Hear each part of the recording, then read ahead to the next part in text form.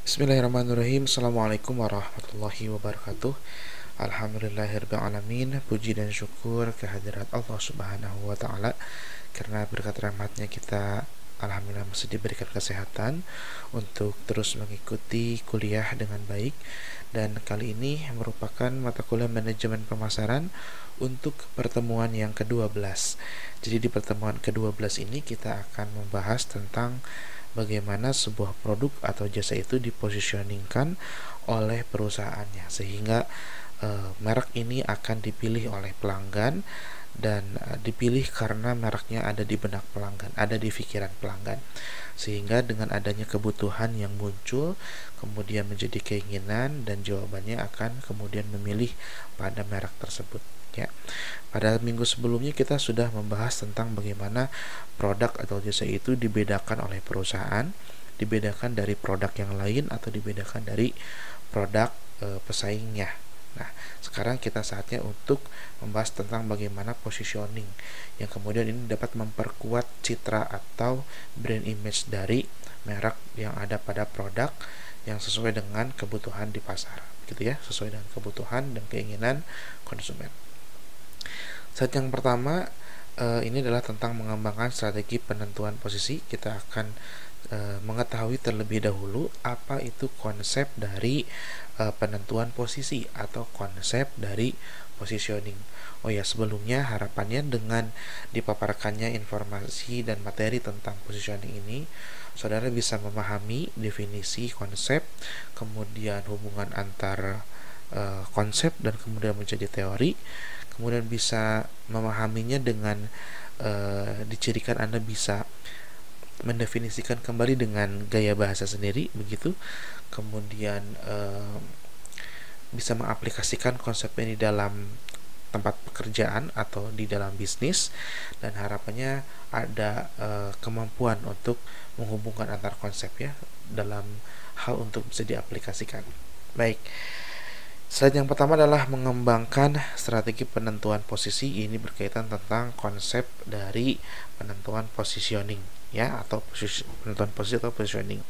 Bahwa positioning adalah tindakan merancang penawaran dan citra perusahaan agar mendapatkan tempat khusus dalam pikiran pasar sasaran. Ini sudah kita bahas di minggu kemarin juga, dan ini merupakan pekerjaan yang besar tentu bagi seorang pemasar, karena harus bisa mengeluarkan ide kreatif dan inovasinya, sehingga rancangan dalam penawaran terhadap pasar itu menjadi penawaran yang berbeda dengan produk yang lain, dan kemudian juga unggul, sehingga produk kita bisa dipilih oleh pasar, ya, oleh konsumen kita. Berapa banyak perbedaan yang dipromosikan? Artinya kita sebagai perusahaan apakah boleh lebih mempromosikan lebih dari satu perbedaan? Nah, perusahaan dapat memposisikan satu atau lebih manfaat produknya. Intinya perusahaan itu perlu mengembangkan suatu USP atau Unique Selling Proposition, ya, pada setiap mereknya. Nah, apakah saudara ingat merek Indofood, ya, yang mie instan Indonesia punya? Dia punya berbagai rasa mie instannya. Nah, itu juga merupakan usaha, ya, atau aktivitas, atau tadi definisinya, ya, tindakan rancangan penawaran yang sehingga bisa dipilih oleh berbagai segmen, baik itu dari variabel geografis atau variabel dari penikmat rasa tertentu atau lifestyle tertentu, sehingga Indomie ini tetap menjadi merek yang dipilih oleh halayak sasarannya atau pasarnya dengan berbagai segmennya, ya, dengan berbagai rasa. Ada yang lifestylenya suka pedas, maka ada Indomie yang khusus rasa-rasa yang pedas. Ada yang sukanya yang kuah dengan berbagai rasa juga, dan itu pun hadir, ya, dengan berbagai rasa, dengan cara memasaknya yang menggunakan kuahnya, dan itu ditawarkan oleh Indomie, ya, melalui iklan-iklannya, melalui promo-promo yang dikerjasamakan dengan perusahaan-perusahaan minimarket seperti Alfamart atau Indomart pada waktu-waktu tertentu, gitu ya. Berikutnya ini adalah tujuan positioning. Bahwa tujuan positioning itu dilakukan oleh perusahaan adalah untuk dapat menempatkan merek ya di dalam pikiran konsumen, sehingga setelah merek itu tersimpan di dalam benak konsumen, itu diharapkan bisa memaksimalkan manfaat potensial bagi perusahaan. Jadi perusahaan akan bisa memaksimalkan bagaimana dia bisa berproduksi, seberapa banyak, seberapa kuat, melihat atau disesuaikan dengan potensi pasar yang dimiliki oleh produk atau jasa perusahaan tersebut. Nah, contohnya ini adalah merek Coca-Cola, di mana merek Coca-Cola memang secara geografis segmennya ada di seluruh negara ya, di satu dunia. Nah, namun secara lifestyle ini dibagi-bagi lagi, bahwa Coca-Cola dapat begitu mengerti dan memahami bahwa konsumennya bukan saja yang menginginkan Coca-Cola yang seperti biasanya, rasa cola yang seperti biasa.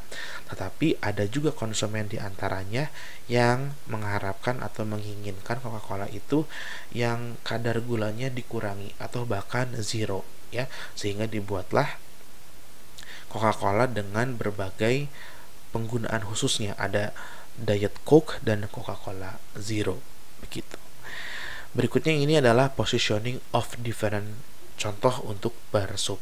Nah, seperti merek-merek ada di sini yang kita familiar biasanya Lux, Dove, lalu Lifebuoy. Ini diferensiasinya ada sabun yang high moisturizing dan deodoran. Jadi ada yang hot moisturizing, kemudian semakin bawah dia low moisturizing, ada yang sifatnya itu dia sebagai deodoran, dan semakin ke kanan dia non deodoran. Kita lihat di sini merek Lifebuoy yang kita kenal itu termasuk low moisturizing dan dia deodoran ya, sehingga bisa digunakan untuk semua anggota family. Nah, berbeda dengan yang lebih khusus mereknya ada Dove dan Lux, karena Dove ini non deodoran lalu high moisturizing, jadi hanya untuk kecantikan, bahkan hanya untuk gender tertentu ya, ini misalnya adalah perempuan. Tapi apakah ada laki-laki yang menggunakan ini? Ya, apabila tadi lifestyle-nya secara variabel segmentasi memang menyukai ya wangi, kemudian efek yang diberikan atau ya kinerja dari sabun Dove atau Lux itu. Berikutnya ada sebuah kalimat bahwa positioning merek yang baik itu membantu ya dalam memandu strategi pemasaran dengan cara dapat memperjelas esensi dari sebuah merek tersebut. Nah, tujuan apa yang dapat diraih pelanggan dengan bantuan merek dan bagaimana merek menjalankan secara unik, dan semua orang itu di organisasi harus memahami positioning merek dan menggunakannya sebagai konteks untuk membuat keputusan. Sehingga dengan adanya positioning merek yang kemudian dikomunikasikan ke seluruh karyawan di perusahaan, sehingga perusahaan itu akan bergerak sama ya, semua karyawannya akan bergerak pada satu arah, pada satu visi, pada satu misi, bahwa harus melayani dengan baik, harus membuat produk dengan baik, sehingga perusahaan itu setelah karyawannya mempunyai visi yang sama, bergerak pada arah yang sama, sehingga tercapailah positioning merek yang tepat atau yang berhasil. Berikutnya ini merupakan kerangka pikir positioning, bahwa dalam kerangka pikir positioning itu bisa kita bedakan ya, menurut kita bisa membedakan dari definisi pasar sasarannya dan juga definisi dari sifat persaingannya. Yang definisi mendefinisikan pasar sasaran itu kita harus melihat dan kita harus menganalisis sampai kita menemukan apa titik perbedaan produk kita dengan titik perbedaan produk perusahaan lain gitu ya. Lalu berikutnya mendefinisikan sifat persaingan itu erat kaitannya dengan mendefinisikan titik paritas. Titik paritas itu artinya secara karakteristik produk atau jasa itu tidak harus berbeda, dan artinya semua produk antara satu dengan pesaing, perusahaan kita dengan pesaing bisa saja sama, dan bahkan itu karakteristik standar dari produk atau jasa tersebut. Kita lihat contoh dan definisi lebih detailnya. Berikut ini definisi dari titik perbedaan atau point of difference. Nah, POD ya istilahnya. Nah, POD ini adalah atribut atau manfaat yang secara kuat diasosiasikan konsumen dengan suatu merek yang dibawa yang bahwa penilaiannya ini adalah dinilai positif dan diyakini tidak dapat ditemukan kesamaannya dengan merek lain.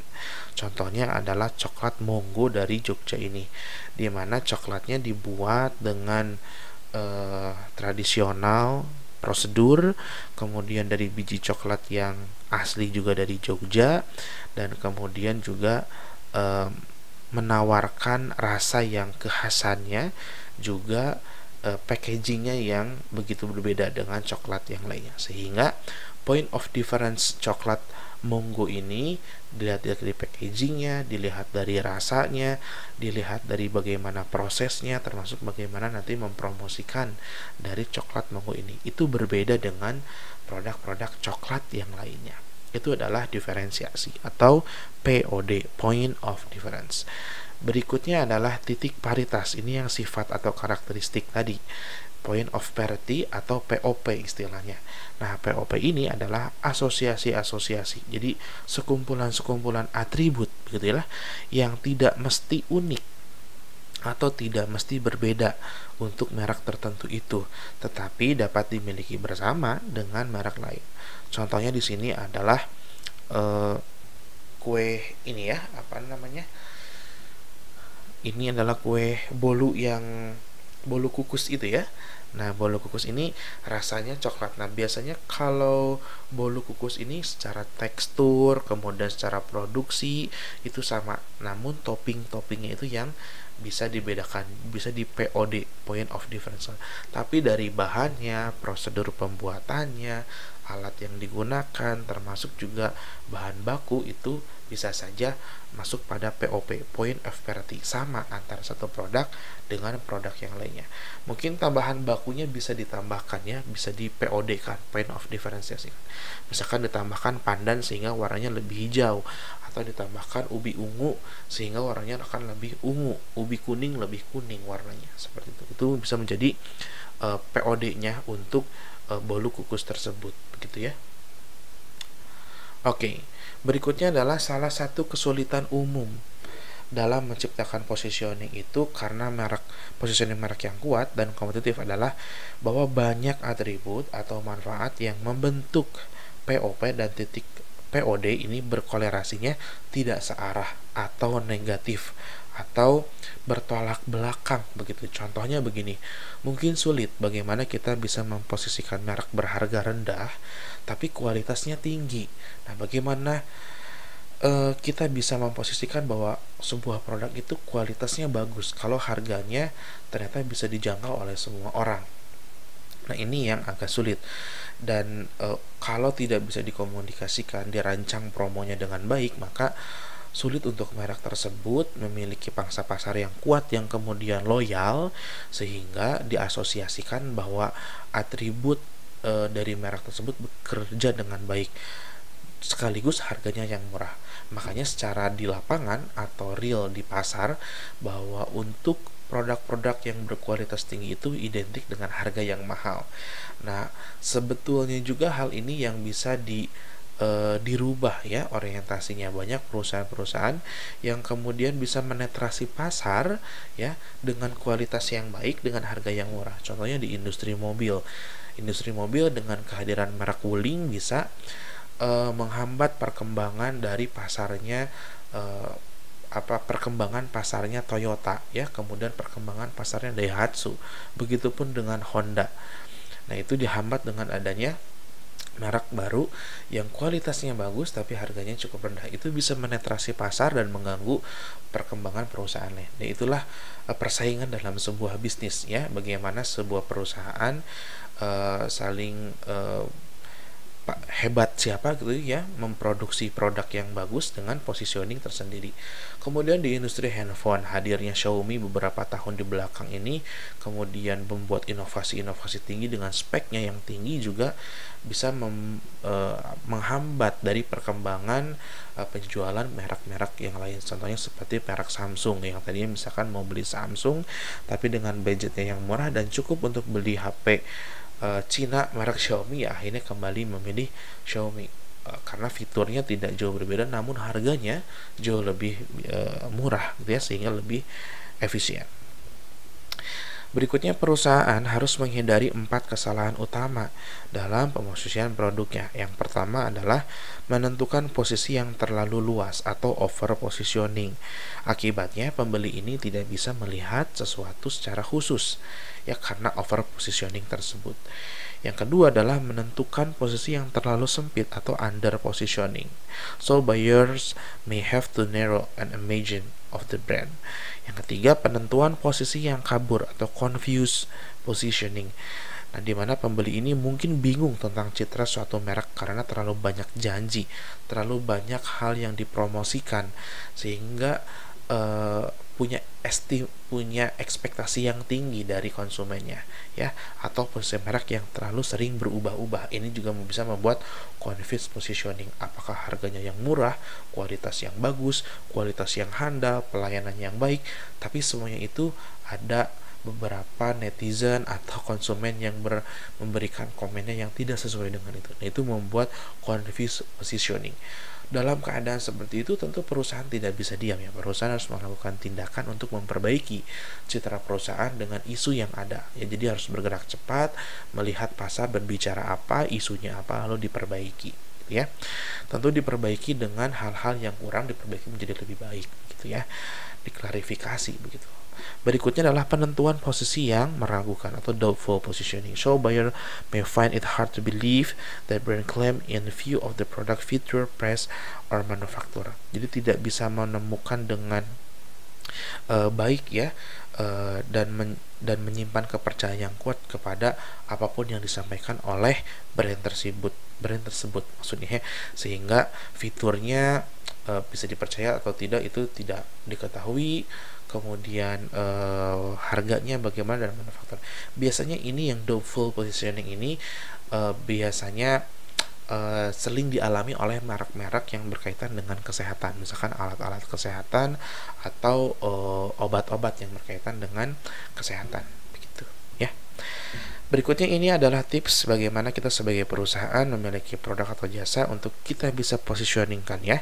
Berikut ini adalah 7 strategi penentuan posisi produk. Yang pertama, kita bisa kita tentukan positioning produk itu dari ciri produknya. Jadi kita harus lihat karakteristiknya seperti apa. Kemudian manfaatnya. Kemudian dari sisi bagaimana cara menggunakan. Kemudian kita juga bisa menentukan posisi berdasarkan siapa penggunanya, siapa pesaing dan seperti apa, sebesar apa, sekuat apa pesaingnya. Kemudian kategori produknya seperti apa, dan yang terakhir menurut mutu atau harganya. Contoh di sini ada bukan merek, ini jenis industri makanan yang kalau kita jajan biasanya kita menemukan ini, cilok misalkan atau bakso pentol gitu, ya. Ini terlihat seperti, ya, cilok lah katakan gitu, ya. Oke, nah cilok ini kita harus tahu bagaimana karakteristik cilok. Berarti diproduksinya, ya, kita tahu dengan cara seperti apa. Kemudian dari kekuatan produknya ini tahan berapa lama. Kemudian dari bumbunya apa sih yang bisa kita mix and match dengan produk cilok atau bakso pentol ini, ya. Lalu manfaatnya ini untuk apa? Tentu ini bukan untuk makanan pokok. Berarti manfaatnya adalah untuk cemilan-cemilan saja, ya. Lalu penggunanya siapa? Ini kalau yang sukanya dimix dengan rasa yang pedas, berarti digunakannya untuk anak-anak muda, tapi juga bisa untuk anak-anak, ya. Tapi kalau misalkan produknya itu dikaitkan dengan terbuat dari bahan yang sehat, itu lebih bagus lagi. Lalu menurut penggunanya itu, ya, anak-anak, dan menurut pesaingnya, apakah ada merek yang selama ini bisa menjadi brand posisinya kuat? Cilok misalkan, cilok BPRI misalkan, kayak gitu, ya, yang kita biasa orang Cimahi sering temukan di beberapa titik di pom bensin kalau di Cimahi, itu, ya. Menurut kategori produk juga bisa seperti apa ini kategori produknya, dan harganya ini berapa. Tentunya ini harganya untuk yang middle low. Dan Anda bisa saja untuk menentukan posisi dengan harga cilok berkualitas tinggi, penggunanya untuk sultan, lalu harganya mahal. Satu cilok harganya 50.000, isinya keju mozzarella bertaburkan keju yang diekspor dari Belgia, misalkan seperti itu, atau rasa coklat yang dimix dengan keju, bisa saja seperti itu, ya. Itu hal kreatif, inovatif yang kemudian bisa kita lakukan untuk bisa menjadi pembeda produk kita dengan produk yang lain, dan akhirnya menjadi positioning. Terkait positioning itu berhasil kuat atau tidak, bagaimana cara kita merancangnya, tentu harus melakukan riset-riset. Kita harus melakukan beberapa kali percobaan, kemudian kita coba kalau dari sisi produk ya, lalu kita berikan tester apakah cocok atau tidak, kalau dijual bagaimana, kalau dihargakan bagaimana, itu bisa kita lakukan seperti itu. Berikutnya ini bagaimana kita mengkomunikasikan penentuan posisi perusahaan. Nah, ini contoh-contohnya bila strategi pemositionan produk itu menurut mutu digunakan. Maka bentuk pengkomunikasinya adalah sebagai berikut. Yang pertama, seorang perancang mantel bulu memberi lapisan dalam dari kain sutra mahal.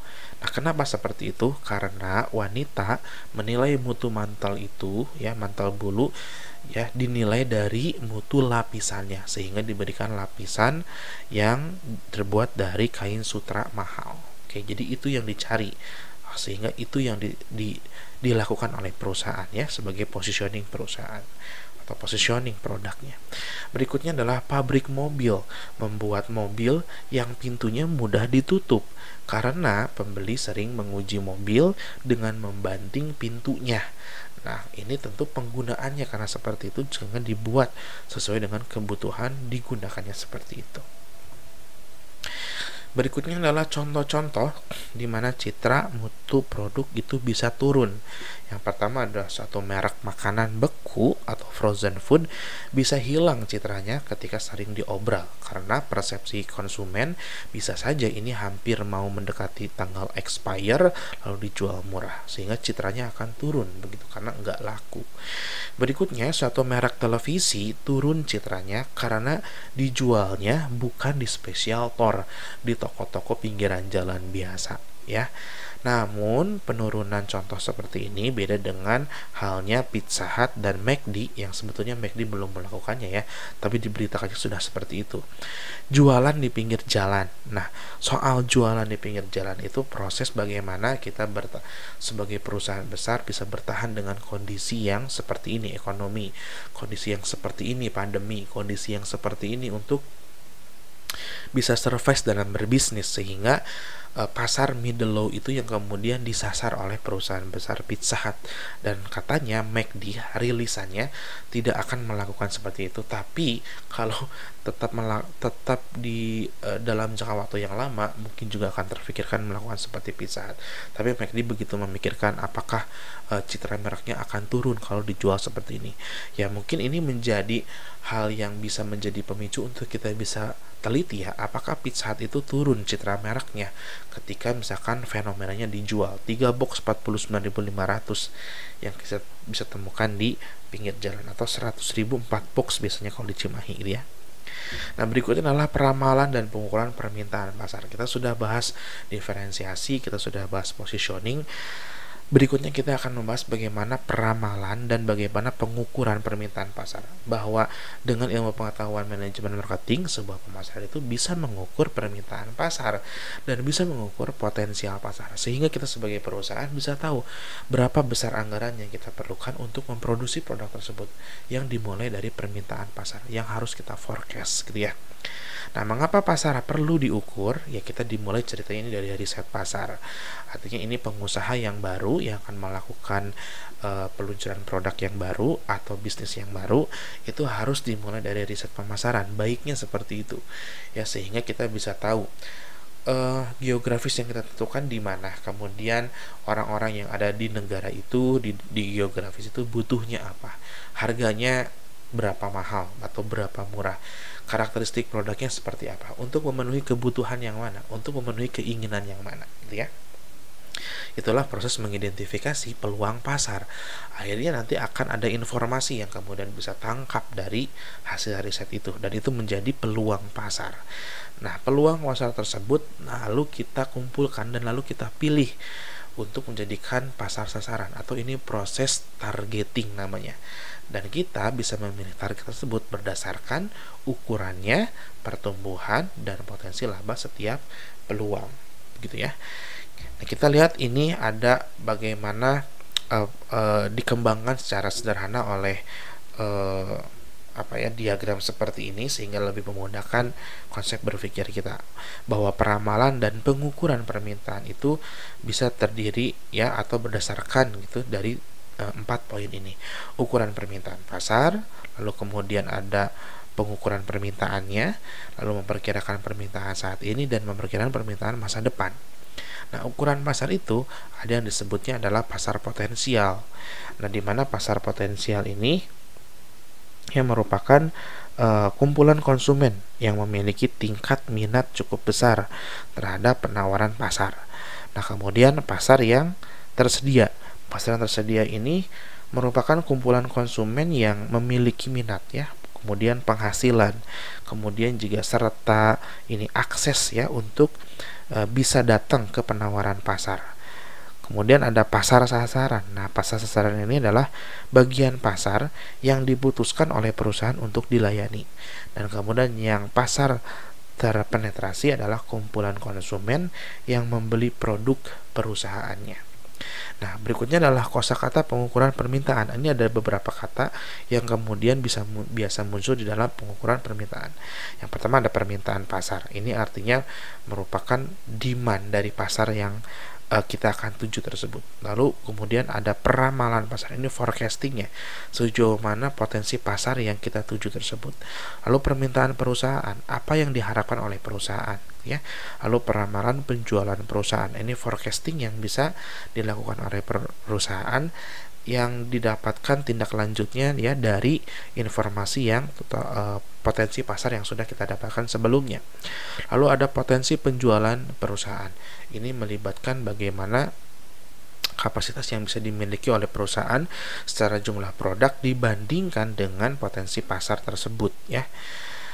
Dilihat dari jumlah penduduk atau dilihat dari spending uang yang akan dikeluarkan oleh masyarakat dari satu geografis tertentu. Berikutnya, untuk memperkirakan permintaan saat ini, kita juga harus mempertimbangkan bagaimana total permintaan pasar, potensi pasar suatu wilayah, dan penjualan industri dan pangsa pasarnya. Lalu untuk memperkirakan permintaan di masa depan, hal yang harus kita identifikasi adalah kita bisa mengambil informasi dari sumber atau survei maksud pembeli ya, tentu dengan menggunakan riset caranya, lalu gabungan pendapatan tenaga penjual, lalu juga informasi dari pendapatan ahli, konsultan begitu, atau berita ya yang ada dimunculkan di berita begitu, analisis penjualan masa lalu ya, tren yang penjualan tahun sebelumnya, dan juga metode uji pasar. Itulah yang kita bisa lakukan untuk memperkirakan masa depan. Dengan dimixnya seperti itu sehingga bisa menghasilkan 90 jenis perkiraan ukuran permintaan pasar ya, merupakan mix dari ada tingkat ruang yang dimana ini skalanya dunia, nasional, kemudian regional, teritorial, atau berdasarkan pelanggan. Nah, menurut tingkat produk bisa dari seluruh penjualan industri, penjualan perusahaan, penjualan lini produk, kemudian penjualan bentuk produk, dan penjualan item produk. Dari sisi variabelnya tingkat waktu, itu ada yang jangka pendek, ada yang jangka menengah, dan kemudian jangka panjang. Hasil mix and match dari tingkat ruang, kemudian tingkat produk, dan tingkat waktu ini, maka saudara sebagai perusahaan atau saudara sebagai manajer pemasaran bisa memilih 90 jenis perkiraan ya, atau bisa dihadapkan dengan 90 jenis perkiraan ukuran permintaan pasar. Yang tepatnya seperti apa? Tentu yang sesuai dengan kapasitas perusahaan kita ya, sesuainya apakah perusahaan kita sanggup untuk membuat produk yang levelnya dunia, atau misalkan cukup yang teritorial aja atau pelanggan aja gitu ya, hanya misalkan membuat cilok tapi untuk yang PO pelanggan aja, tetapi tingkat produknya ya hanya penjualan item produk, kemudian jangka waktunya pendek misalkan, yang bisa seperti itu ya. Tentu itu positioningnya juga akan berbeda, produksinya akan lebih sedikit, kemudian misalkan dengan hanya PO gitu ya, kemudian biaya produksinya juga sedikit, bahan bakunya juga sedikit, karyawan yang dibutuhkan juga cukup, mungkin hanya dengan kita saja. Positioningnya merek juga cukup, tidak perlu membutuhkan tidak perlu membutuhkan pabrik, tapi bisa kita lakukan dengan kita bisa dengan lakukan dengan menyimpannya merek kita pada brand yang kita tambahkan pada stiker begitu ya. Nah, berikut ini adalah ukuran pasar berdasarkan jumlah pembeli, di mana ada pasar potensial, ada pasar yang tersedia, pasar sasaran, dan pasar yang tertembus tadi atau apa tadi namanya, terpenetrasi gitu ya, yang membeli produk perusahaan itu. Nah, definisi pasar ini adalah perangkat yang berguna untuk perencanaan pasar. Berikutnya ukuran pasar berdasarkan jumlah pembeli. Nah, terdiri dari ada pasar populasi. Konsep dari pasar populasi ini artinya adalah seluruh konsumen aktual atau konsumen yang ada sekarang dan potensial yang di masa yang akan datang dari suatu produk. Itu yang disebut pasar populasi. Nanti kita akan lihat contoh perhitungannya. Lalu ada pasar potensial, adalah sekumpulan konsumen yang menyatakan tingkat minat yang memadai terhadap penawaran pasar yang terdefinisi. Lalu ada pasar yang tersedia. Pasar ini merupakan sekumpulan konsumen yang mempunyai minat, bukan hanya minat tapi juga pendapatan dan juga bisa menjangkaunya atau akses terhadap penawaran pasar tertentu menurut MMA ya. Lalu juga ada pasar sasaran atau pasar yang terlayani, adalah bagian dari pasar yang tersedia atau berkonsentrasi pada segmen-segmen tertentu. Lalu ada pasar yang tertembus, adalah sekumpulan konsumen yang telah membeli produk perusahaan yang telah terpenetrasi. Berikut ini adalah kosakata untuk pengukuran permintaan. Tadi ada permintaan pasar, peramalan pasar, potensi pasar, permintaan perusahaan, peramalan penjualan, dan potensi penjualan perusahaan. Nah, kita lihat definisinya satu persatu. Permintaan pasar untuk suatu produk itu adalah total volume yang akan dibeli oleh kelompok pelanggan tertentu dalam wilayah geografis tertentu, dalam periode tertentu, dalam lingkungan pemasaran tertentu, ya, di bawah program pemasaran tertentu juga. Lalu peramalan pasar adalah permintaan pasar yang berkorespondensi dengan suatu tingkat pengeluaran pemasaran industri. Lalu yang terakhir, potensi pasar adalah di mana permintaan pasar ini ketika tingkat pengeluaran pemasaran industrinya sangat tinggi, di mana peningkatan dalam usaha pemasaran hanya berpengaruh kecil dalam mendorong peningkatan permintaan. Jadi potensi pasar ini bukan berarti kita memiliki kepastian untuk berhasil di perusahaan kita, belum tentu ya. Harus dimix dengan berapa total pendapatan perusahaan ya yang diperhitungkan, salah satunya menggunakan variabelnya potensi pasar nanti dikaitkan dengan kemampuan perusahaan. Nah, berikut ini adalah contoh kurva bagaimana fungsi permintaan itu berlaku ya. Jadi ini ada variabel yang vertikal, itu ada permintaan pasar dalam periode tertentu. Lalu yang di sisi horizontal ada pengeluaran pemasaran industri. Nah, di mana pengeluaran yang direncanakan itu pada titik ini. Kemudian ada titik minimum pasar atau Q1 atau potensi pasar. Ini yang titik maksimumnya atau Q2. Nah, maka ramalan pasar itu sebaiknya ada di tengahnya, di moderatnya ya. Nah, inilah permintaan pasar sebagai fungsi dari pengeluaran pemasaran industri dalam lingkungan pemasaran tertentu, yang kemudian nantinya bisa berubah seperti ini. Nah, kemudian kita bisa mengimplementasikannya bahwa potensi pasar kita tidak boleh kurang dari garis ini. Maka kalau kurang dari garis ini, kita akan melakukan kerugian ya, kita akan terjadi rugi begitu, karena potensi pasarnya yang ada di dalam garis ini ya, di antara dua garis ini. Lalu apabila kita di luarnya, artinya kita tidak dipilih karena pengeluaran pemasaran industrinya yang jauh lebih besar gitu ya. Kemudian permintaan pasar dalam periode tertentu kita berada di sini, artinya lebih kecil. Jadi tidak sesuai dengan garis yang potensi pasar ini. Kemakmuran yang tinggi dan yang paling rendah ya adalah yang resesi. Ini titik minimum ya yang penjualan kita harus dapatkan oleh perusahaan. Nah, ini adalah rumus bagaimana untuk mengukur permintaan ya, bahwa permintaan pasar adalah estimasi atau forecasting perusahaan akan pangsa permintaan pasar pada tingkat alternatif usaha pemasaran tertentu. Rumusnya Q pada I ya, sama itu QI itu permintaan perusahaan pada I diraih oleh SI atau pangsa pasar perusahaan pada I dikalikan dengan total permintaan pasar. Nah, ini ada sebuah kasus memperkirakan potensi pasar suatu wilayah berdasarkan indeks faktor tunggal dan multifaktor. Kalau yang faktor tunggal sederhananya kita diasumsikan sekian persen ya. Lalu sekian persen dari potensi pasarnya. Berarti 16% di sini informasinya potensi pasarnya adalah 250 juta. Maka diketahui 16% adalah 40 juta. Jadi industri sepatu nasional dapat menggunakan populasi dalam menetapkan potensi pasar pada suatu wilayah.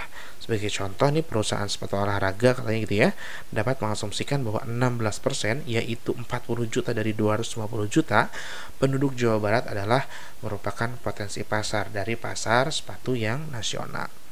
Nah, itu yang satu faktor atau faktor tunggal. Ada yang multifaktor. Ini menggunakan 3 faktor. Contohnya adalah industri sepatu nasional bisa menetapkan 3 faktor sekaligus.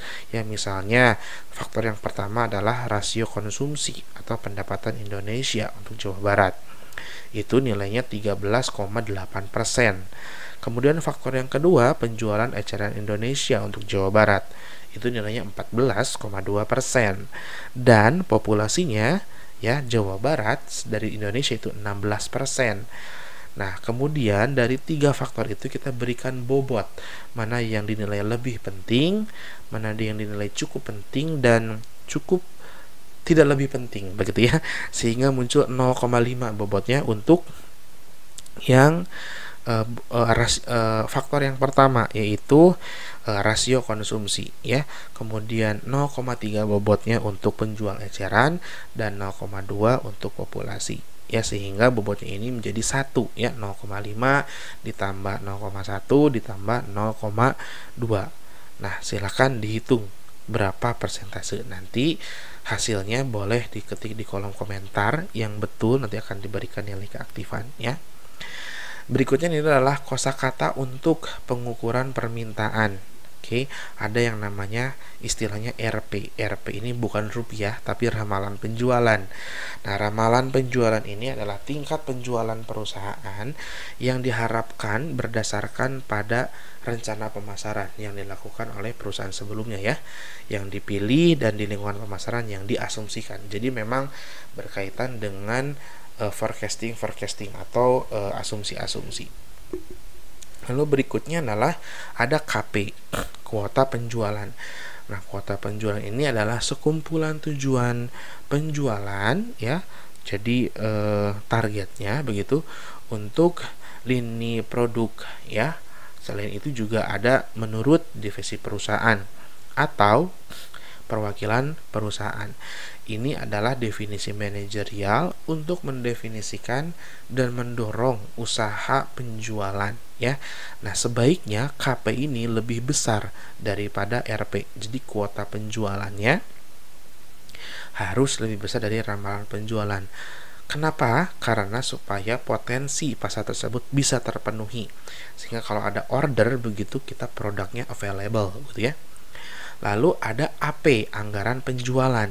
Nah, anggaran penjualan ini adalah estimasi konservatif dari volume penjualan secara kuantiti ya, yang diharapkan dan digunakan khususnya untuk membuat keputusan-keputusan dalam pembelian bahan baku begitu. Kemudian dilakukanlah produksi dan kemudian juga arus kas yang saat ini karena berkaitan dengan produksi dan pembelian barang-barang lainnya untuk yang kemudian menjadi beban begitu ya, atau biaya-biaya. Nah, AP ini harus lebih kecil daripada RP sehingga kita bisa membuat target bahwa anggaran penjualannya ini tidak lebih dari ramalan penjualan sehingga akan tetap menguntungkan begitu ya.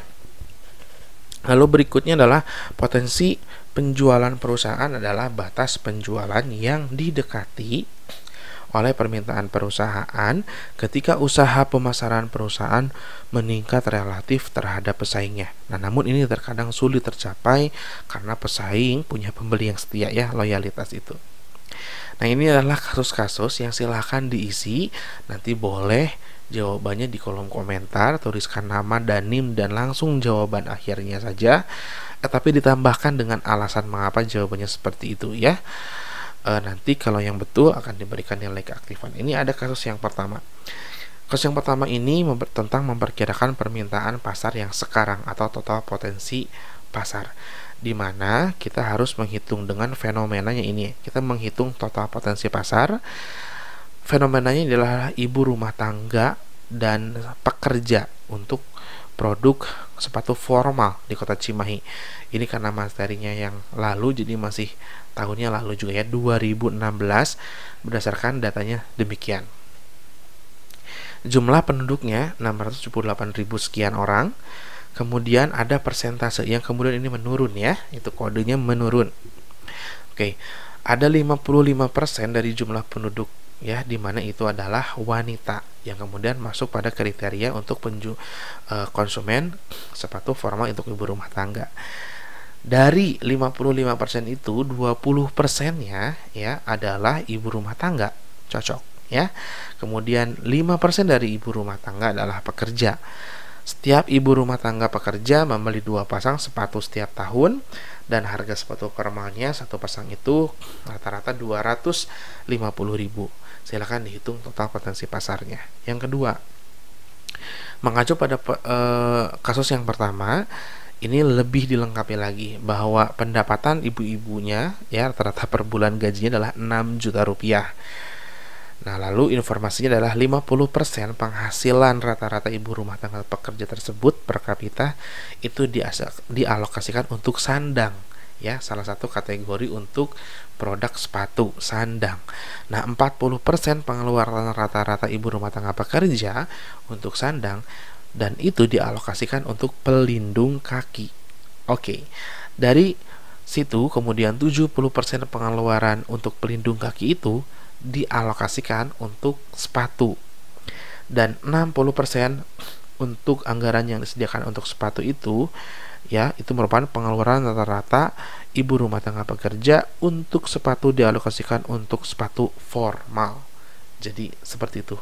Silahkan dihitung berapa, tuliskan nama dan NIM, jawaban dan alasannya ya di kolom komentar. Kemudian di kasus yang ketiga, ini dihitung persentasenya berdasarkan merek-merek ini. Ada merek A, merek B, C, D, dan D. Berdasarkan kasusnya yang kedua ya, kalau ada berbagai merek dari dalam satu kota itu potensinya kira-kira berapa ya penjualan setelah kita ketahui ini. Perkiraan total potensi pasar dalam unit pasang untuk setiap merek berdasarkan pangsa merek sepatu di Kota Cimahi. Merek A 37%, merek B 23%, merek C 15%, merek D 6%, dan merek lain 19%. Saudara diminta untuk memperkirakan total potensi pasar dalam satuannya unit atau pasang. Silahkan juga diisi di kolom komentar. Ini kasus terakhir, tapi ini langsung dijawab ya. Untuk memperkirakan permintaan pasar dengan menggunakan regresi linier, jadi menggunakan metode atau aplikasi khusus yaitu SPSS. Nanti saudara bisa download bagaimana SPSS ya. Ada free downloadnya. Kemudian kita nanti akan melakukan validitas, reliabilitas. Tapi kalau waktunya cukup, kalau waktunya tidak cukup, kemudian nanti keburu ujian ya, nanti tidak perlu ditugaskan ya. Nanti lihat situasi dan kondisi saja. Kalau misalkan cukup, nanti kita akan tugaskan. Nah, ini adalah bagaimana suatu perusahaan menghitung metode indeks multifaktor berbasis BDI. BDI itu Brand Development Index. Ini untuk kategori sepatu formal wanita, mereknya Femsu.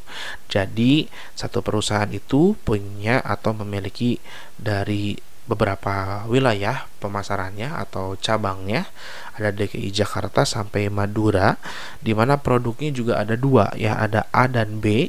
Kemudian persentase penjualan berbasis yang A itu 6,18% untuk DKI Jakarta dan 5,48% produk B untuk di DKI Jakarta pula.